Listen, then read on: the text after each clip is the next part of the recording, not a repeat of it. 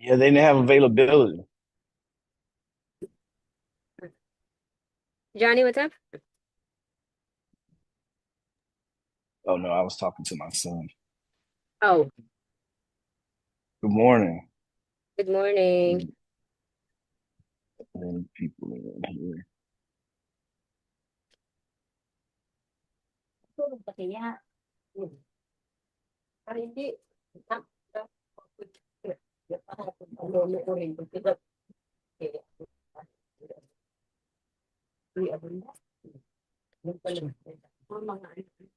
Interview.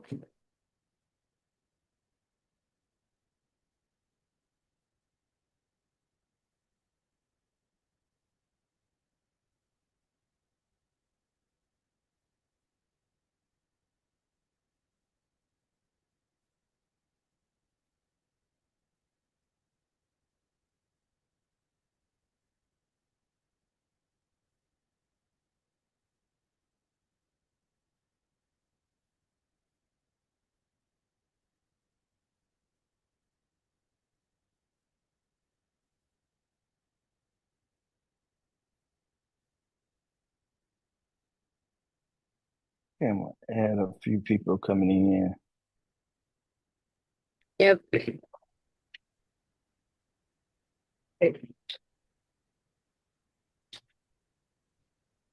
Oh, turn my video on.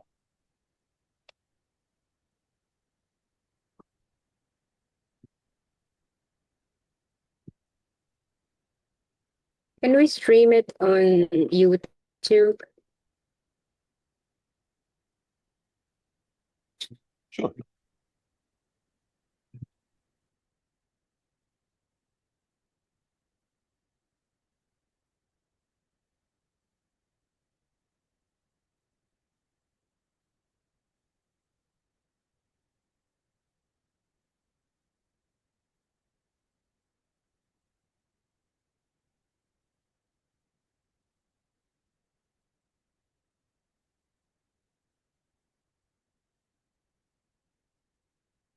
What's the holiday for you guys this week? It was Indigenous People Day or Christopher Columbus Day.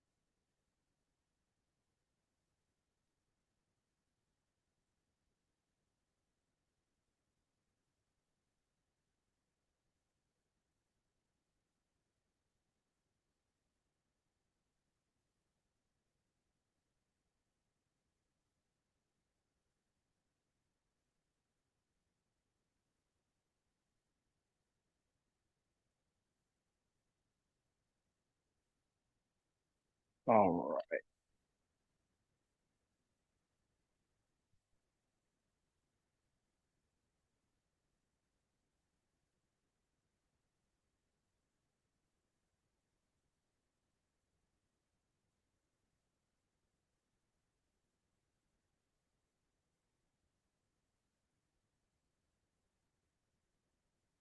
Bring my slides up here. We get going. How's everyone doing this morning? Uh, no complaints. Nothing.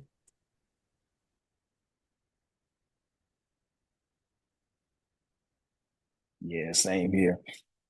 Before we get started today, I did want to kind of go over some latest news in the investing and real estate space. As everyone already knows, we're kind of going through. I think we're coming up. We're already into week two of the government shutdown, and yeah, just seeing the impacts across the broader economy. I think here specifically, definitely in the Washington D.C. and Northern Virginia, Maryland area for sure. but other ramifications. I think of the federal government, only like 18 to 20% of the federal government employees are based here in the Washington, D.C. area. So it kind of proliferates all across the broader U.S. with that. But one of the things, good news on the rate side of things, that rates continue to trend down. That the 30 fixed mortgage rate recently dipped to 6.3%, which is definitely good news for those that are in the market to buy real estate. It's the lowest in about a year. So over the last 12 months, we've kind of hovered around the 6.3, 6.2 has been the lowest that we've been within the last year. So that's definitely good news. It doesn't make housing cheap again, but it does offer a little bit of breathing room for consumers that are looking to buy. On the contract side, I know the data came out back in August. Pending home sales were up 4% month over month and up 3.8% year over year, which means people are getting under contract again. They're getting out buying. We'll see how long that lasts and what that actually means long term for real estate. But people are starting to transact more and recognizing that rates probably aren't dropping dramatically anytime soon. But there are still challenges that we're facing. Inflation is ticking up. Job loss is with the unemployment rate is ticking up higher. We know the Federal Reserve, they're projecting that they're going to bring in a few more cuts before the end of the year just to try to bring things back in balance. And so we'll see if it's a little too late. I know the White House and the current administration has really been pushing for more aggressive rate cuts to the federal funds reserve rate. And so we'll just see what that impact will be long term on the economy. I think on the multifamily side, definitely some encouraging signs. Absorption is increasing in a lot of markets where you had new construction coming online. Vacancies are steady, and demand appears to be stabilizing. I know for my property in Montgomery, for our 96 units there, that we recently had a couple of evictions. I think we had three evictions that went off in the August timeframe, and I think all of one of those haven't been leased yet. And so after kind of having the contractors go in, do turnovers, that, steady showings, the listings coming through, leveraging Facebook Marketplace is one that we've added probably about 2 years ago with that we've seen really good results with being able to advertise available vacant units on Facebook Marketplace with success. And so the absorption is still pretty good. It kind of slows down as you're going into the holidays. I know right now we don't have any new leases or leases coming up, which we didn't last year. We didn't assign any new leases November, December, and we don't have any leases renewing during November, December, which is great because just limited people are trying to move during the holidays, around Thanksgiving, around Christmas. People are wrapping up the year. They're not really looking to change locations if they don't have to. And so there's less renters that are looking for places to lease. So if you can get people in place before then, it's great. The same thing goes for like real estate transactions and sales. For those that may be looking to buy, find your next investment property. Being aggressive during the holidays may be a great opportunity because there's less people looking. A lot of people are distracted. They're focused on the holidays. They're kind of wrapping up the year. And so, it may be an opportunity to make some offers on properties that are still sitting, or maybe get going before people come back after the new year and really get active in your market. And so those are things to always to kind of consider. But at the end of the day, the markets are still trying to recalibrate and figure out where they are, find some balance. Opportunities still exist out there for putting deals together, and always, being able to stay on top of your buy box, your market, where you're looking at, what you're trying to invest in, is always an opportunity to build long-term success and win. With that, today, before we open up, I definitely want to kind of see, hey, let everyone give you some opportunities, over the last couple of weeks to share any wins that they have had. And that side, before we start talking about 1031 exchanges, and more in particular about Delaware Statutory Trust and just the benefits that that asset has with being a vehicle to build wealth and deferring taxes. So before we get started, I do want to open it up, just kind of say good morning to everyone, and and just see what wins that we have. Anyone have going on that they'd like to share this morning? See, we got a couple familiar faces on the call.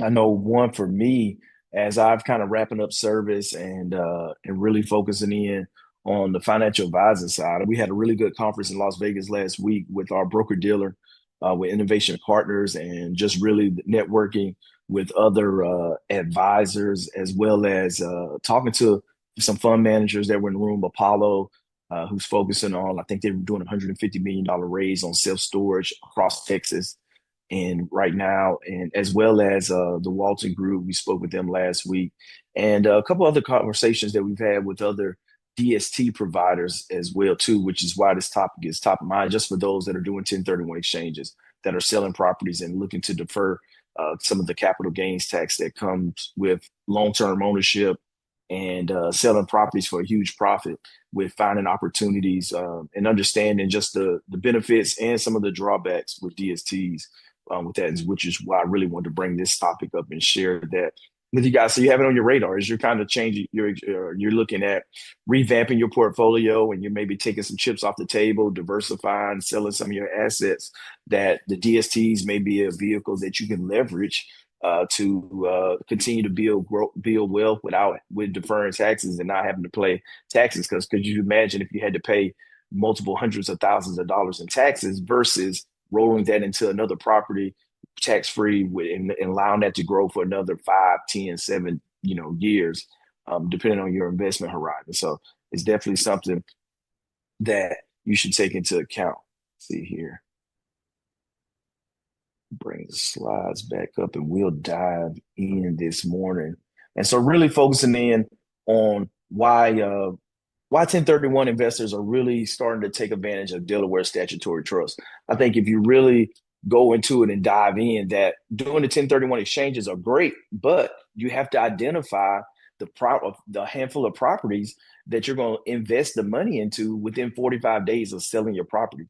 And so we already know how limited the inventory has been across the US over the last few years, especially if you start thinking about if you're someone in California, you just sold a home for $2 million or an apartment, and you may have a $2 million profit, and you're trying to defer those gains. Well, we already know there's a shortage of single family homes the last couple of years, but commercial real estate as well too, that it's even more scarce. And so if you have that much money, the capital that you have to place, and you have to find the right investment that's going to cash flow, that's in the right area, that has upside potential and a potential for appreciation, then it could be hard to identify that right property within 45 days.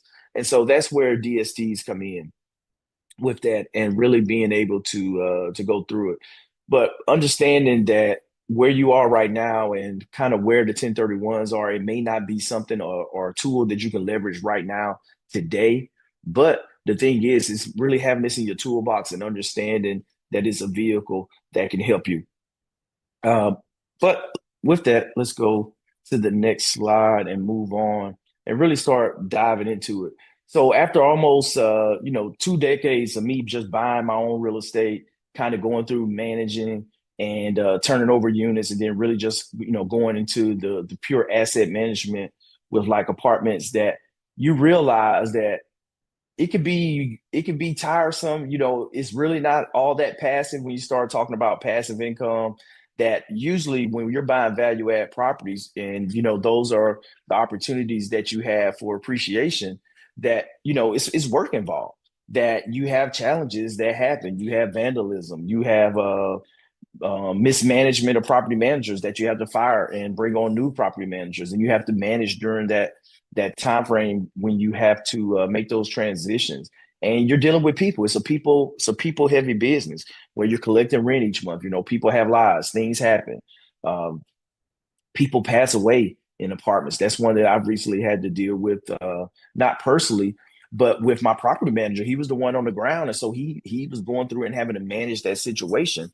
And so with that, you yeah, it's not as straightforward and passive as people like to always make it. And so I think that's one of the things that when you see more seasoned investors, and those investors that are up in years and they're looking to kind of maybe relax, chill, get out of the day-to-day grind, that when you start looking at Delaware Statutory Trust, it's a vehicle that kind of gives them that peace of mind because guess what? Between the tenants, the maintenance, the paperwork, it can start to feel like another job. And so that's where, being able to imagine the ability to generate consistent income without the late night calls, the constant repairs, and so it's a way to start investing a little bit more efficient. I won't say smartly because the value add and they allow you to build wealth. But as you change in your position in life, your investment goals change, your risk tolerance change, your ability to be hands-on changes. And so I think that's one of the things that really appeals to a lot of individuals with it. So what exactly is a Delaware statutory trust? So a DST allows multiple investors to own fractional interest in professionally managed income producing real estate. Instead of buying it, if you really think about it, instead of buying, like, say, for instance, an entire property or entire apartment complex, you buy a fractional share of maybe a $50 million asset, like a large apartment building, an industrial complex, a medical office, or something along those lines. But the good thing about it, you have professional managers handling everything from the day to day. And it's almost, if you really want to think about it, it's like buying a stock in a real estate company, except it's backed by actual property, by the actual real estate. And so that's where really DSTs make their money, where they're powerful, where in regards to being fully passive, no management headaches, it's 1031 exchange compatible, so you can defer those capital gains, as I talked about a little bit earlier. And then you have that steady, predictable quarterly income, big properties, small checks, no stress. And so I think that's the big thing that draws a lot of people in is they get hands out of the day-to-day management, but guess what? They're buying a professionally managed building. And with the professional management, you have all the things that come with it, with the economy of scale, having competent individuals on the ground that's managing the day to day, and and having a lot of the maintenance and a lot of the trades in house, and being able to get materials and HVACs and all those things for cheaper costs. It just all goes into professional management and being able to run that asset in a way where it maximizes returns for investors. So with that, we're kind of talking about what DSTs are, but who can invest in DSTs? And so usually you're going to be a credit investor, which means you have a net worth over $1 million, or as a single individual, you have over the last 2 years, your income has been over 200,000, or as a couple, been over 300,000 jointly, and you expect to make that going into the future. Usually the minimum investment that you're going to see is around 100K. So usually you're going to have a property that you own, or on the 1031 side at least. You're going to have a property that you own for a while. You're going to have a large profit when you sell. And, so that's where usually over 100,000 isn't really a large amount when you think about some of the 1031 exchanges that happen, especially when you're looking at places like California, or Austin, Texas, or areas where you've had a large amount of appreciation in the last few years, that you're going to see a lot of individuals, especially, say, for instance, states that have double taxation, where California has one of the largest state taxes in America, on top of the federal tax and a host of other taxes. And so a lot of people are looking at ways that they can defer those taxes in those high tax states. And so being able to have a DST allows them to sell those properties, take in a lot of the capital, and roll into another opportunity. And so that's why you see a lot of people tying 1031s to DSTs. And you don't have to be in a DST. You don't have to be in the 1031 exchange to only invest in DSTs, but it's a great vehicle to help you defer those capital gains. And so that's where the real magic happens, when you start looking at the how you compare the DSTs with the 1031 exchange, which is one of the most powerful tax deferred tools in the IRS tax code.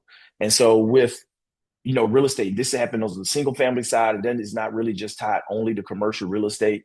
But you can do a 1031 exchange if you sell a rental property that you've owned for at least a year, and you sell it if you make 50,000 or 100,000, that you can go and 1031 exchange it and go buy another single family rental, or go buy a property that you want to use for a short-term rental, or put it towards a down payment on an apartment complex, and then you go in and you bring in the remaining proceeds. And so there's different ways that you can do it. But normally when you sell an investment property, you owe capital gains tax, sometimes hundreds of thousands of dollars, depending on the original purchase price, and really depending on the profit, the level of appreciation that you've had over the years. And so But when you roll that sale into a qualifying DST using the 1031 exchange, you defer all those capital gains, which is what it's all about with being able to build wealth. Can you imagine having to pay hundreds of thousands in taxes versus being able to defer that, roll into an investment, and it's building and appreciating and generating cash flow for the next 10, 20 years versus you handing over that $100,000 check to the government. Now that 100,000 is continuing to grow for another 10, 20 years, and you're deferring those taxes because you can keep deferring. You can buy real estate, own it, sell it, go a 1031 exchange, and then you can go through that process over and over and over again.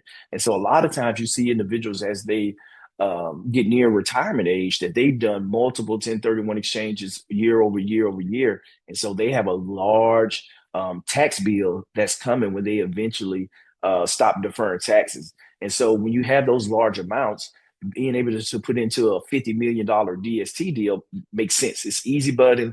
You can do is you're able to place this capital usually 4 or 5 days. It's not a really drawn out process. And it really solves a big problem with being able to defer taxes and hand off these assets to the next generation versus having to go and write the big tax bill today. And so no more stressful property turnovers, no tight deadlines.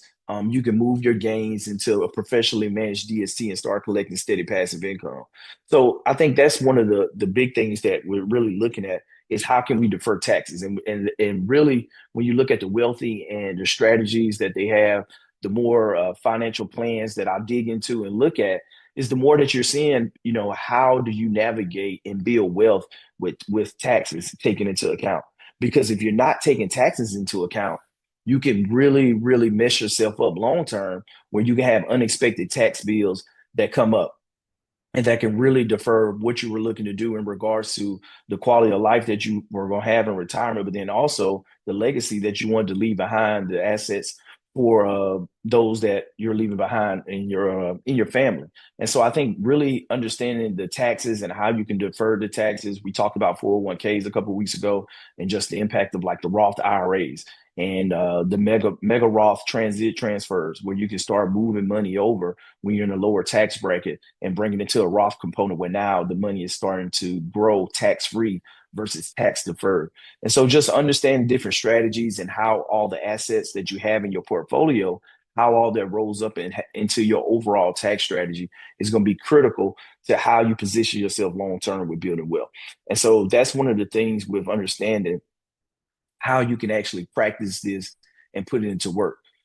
And so one of the big things is, really understanding from there, the pros of DST we talked about, but then also, there are some challenges or risks that come with it. One of the big things that you really go through is that not, and I'll take that back, that you will start with the pros where you have the quarterly income, you have the professional management. I talked about those long-term growth and, and being able to be completely passive. You're not involved in the day-to-day management side of it. You have the appreciation. And of course, for those using the 1031 exchanges, you have the tax deferral. But I think one of the things is that there's no just all good things when we start thinking about the opportunities that DST, that there are some drawbacks, challenges that you have to navigate. That a lot of times these DSTs, they're large portfolios that you're buying into, multi-million dollar portfolios, and so they are illiquid. And so some of the hold periods for these can be 5 to 10 years. I have seen one right now. Well, I won't say one. They have a couple different ones that are more focused on land banking, where they have a 3 to 5 year hold period, where they look to primarily their goal is 3 years, but it could delay out to 5 years, where they hold land. There isn't any cash flow attached to it. But over those 3 years, you're going to have anywhere from 20 to 30% potentially in appreciation in the land value when they look to sell it to developers. And so you just sit and hold the land, and then eventually they sell it to a builder that's coming in that area. And so you have some funds that aren't focused on income; they're more focused on appreciation with a shorter duration. But by and large, you're going to be illiquid. You can't come in a year later and say, "I want to sell my portion of the DST, my fractional ownership of this asset." And so it could be a long hold period. So depending on where you are in your journey, your retirement journey, and what your goals are and what your plan is, that it may not align with the liquidity that you may need. And so your money may be locked away for a while. Limited control, we talked about that. that the sponsor, they manage all the day-to-day property decisions and operations. Sometimes with the DSTs, they're not allowed to go out and refinance and bring on new debt. So depending on their business structure and making sure that they have in long-term debt is really critical to long-term success. But then also market and economic risk, where vacancy rates, economic downturns, inflation impacts. Have a great day, bud. Do good. Uh, that you're going to have those impacts that you have to manage. And so understanding that now, we really talk about diversification, depending on how many other assets you have in your portfolio, you could have a large chunk of your wealth tied up in one single asset and it's illiquid. And so that's one of the things really looking at like holistically your entire portfolio and you having this one sale. If this was the only property that you own or business that you own and you sold it, and now all of your capital is tied up into it, then maybe you don't want to put all your eggs in one basket, and you really do need to dig in into the liquidity when they're projecting they're going to sell, the management, the risk level with their business model, what they're doing in the area, the economy. So you want to take those things into account, and so. Understanding the vacancy rates and potential for downturns and the impact inflation may have on your asset, it's going to be really critical to making sure that you're making a really good decision.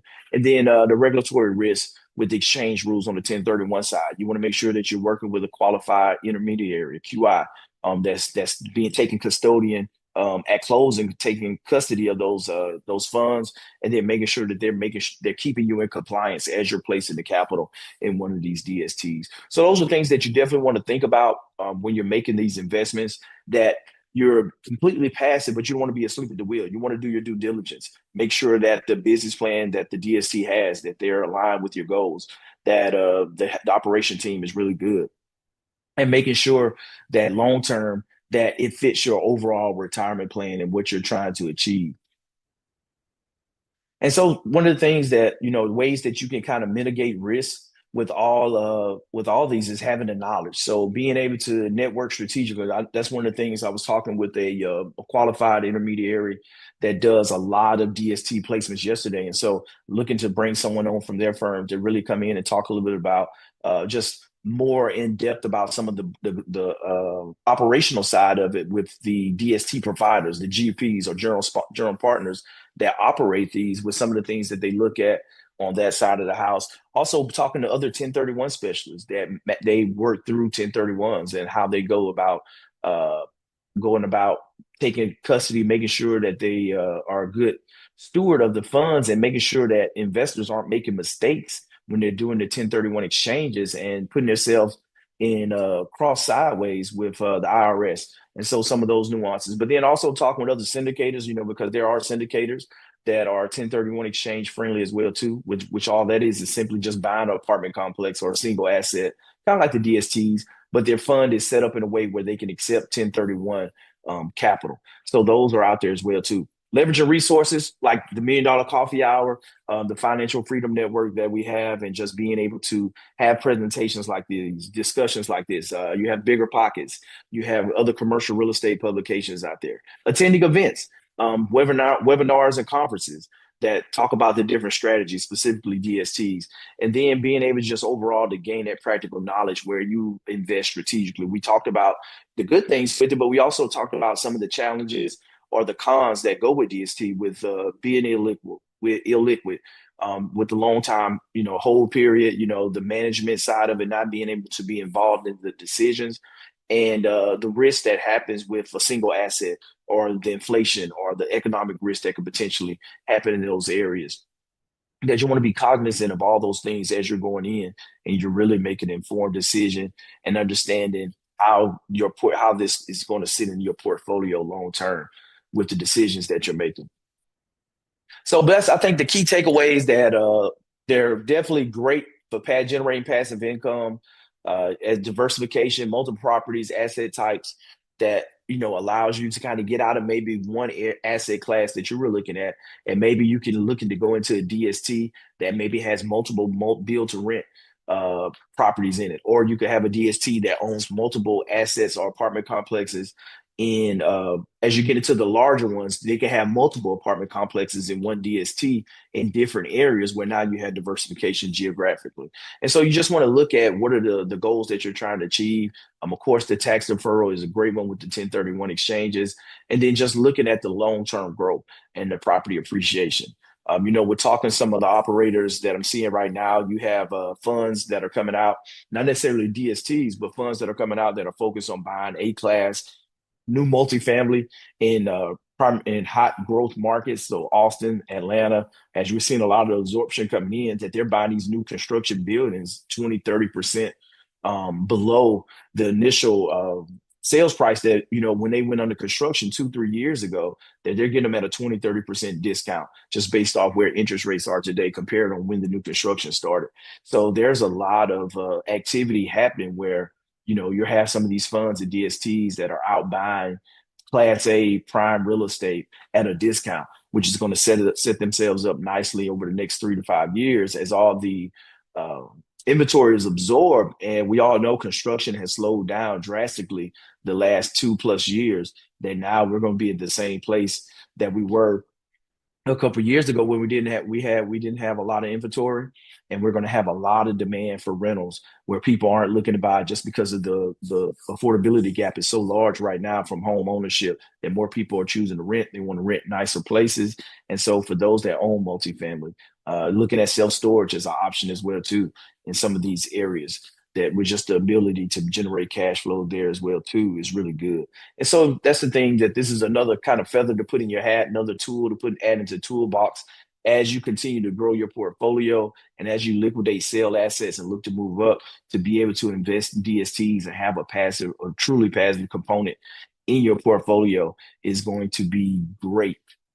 And so of course, we love to have a conversation with you guys as you're looking to roll this into what it is that you're building with your portfolio. And really, I encourage you guys to consider having a comprehensive financial plan put together that's looking at your income, your expenses, maybe your military pension, your VA disability,